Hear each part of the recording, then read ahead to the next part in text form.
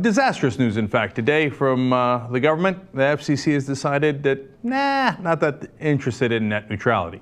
Now, that's interesting because they had made a lot of protestations in the Obama administration about how much they cared about net neutrality, and Chairman Tom Wheeler had promised left and right and all around that he would protect net neutrality at all costs.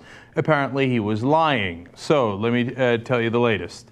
The FCC's plan would restructure the rules, that govern online traffic by granting internet service providers the ability to give some websites preferential treatment, i.e. faster traffic in exchange for money. Well, freedom on the internet, it was nice knowing you, because that allows the internet providers, whoever they happen to be, Comcast, Verizon, whatever, there's internet providers all across the country, to say, yeah, I'm going to go ahead and pick winners and losers. Oh, did you say something against Comcast? Oh, funny how your website slowed down to a crawl. Good luck trying to get anybody to go on your website. We're screwed. Let me give you more details. If such rules were imposed, activists fear internet service providers would make bandwidth-exhaustive websites, think Netflix and Skype, pay more for smoother delivery, which would theoretically mean higher prices for customers in turn. So there's the issue of higher prices as well. I'm a lot more concerned about the freedom of the internet and what we're allowed to say on there. But yes, for the consumers, you will be screwed in several different ways. In fact, Netflix already made a deal with Comcast to pay more for higher connection speeds because they knew this was coming down the road, apparently. They knew it better than we did. And today, Netflix, or I think it might have been yesterday actually, Netflix announced that they will in fact be increasing prices for customers. Funny how that works, right? Now, think about this. Netflix and Skype can at least afford it. They're giant corporations. What about people who are not giant corporations, the voices of the people in a democracy? Well, we had the internet, so that was nice while it lasted. Now, any voices that those huge corporations that are internet providers want to turn down, they could just go. Huffington Post explains such pay-to-play schemes were banned under the old rules. Now, isn't that funny? Now, the old rules were under Obama, but also under George W. Bush. Now, Bush didn't love those rules, but he didn't change them. Who changed them? Is this what Obama meant by change? I'll make things worse than they were under George Bush? Now, that's certainly not the case in every category and every policy, but in the case of net neutrality, yes, today it just got worse than under Bush. So pay to play. And if you don't have money, we're going to shut you up on the internet too.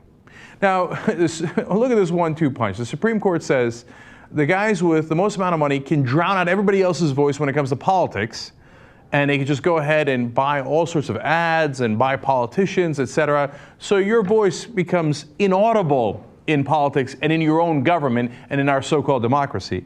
Now on the internet, they say, well, if you've got a lot of money, well, we can turn up the volume. If you don't have a lot of money, we're going to turn down the volume. They're literally drowning out our voices. This is a plutocracy. It's an oligarchy. The elite rule us all. We got to get control of this before they ruin the internet for good. If we don't fight back immediately, if you don't get your government back, of course this is what they're going to do. Now, some people still think, no, if I elect the right guy. Wasn't Obama the right guy? Wasn't he the guy that promised all you guys change and us change?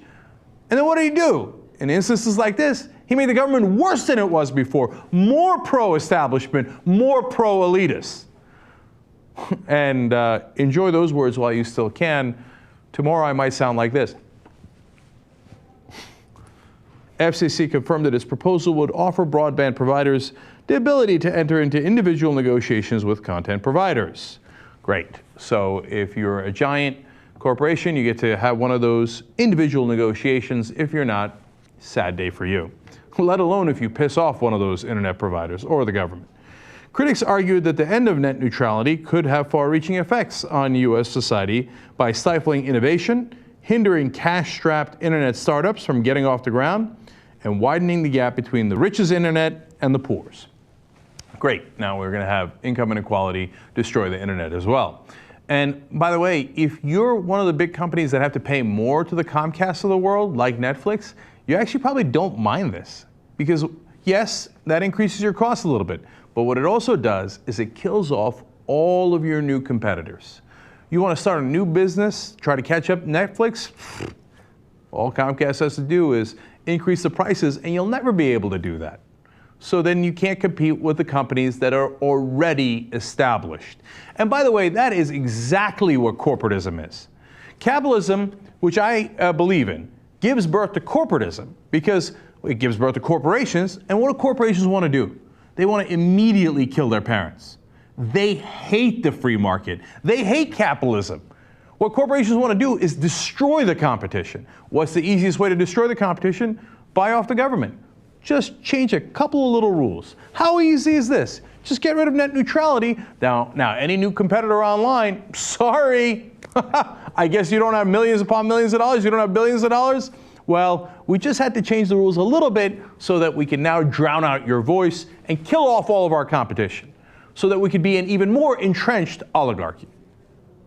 See, this is how we get to the income inequality. This is how we get to the injustice.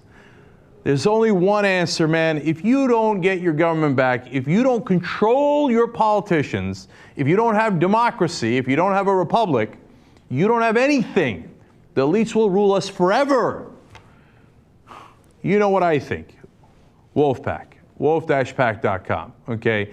I don't tell you that because, hey, look, this is an opportunity to talk about Wolfpack. No. If that does not succeed, and I, look, challenge any of you, you don't want to do it through Wolfpack, God bless your heart. Let me see you do it in another way. You got to get the money out of politics.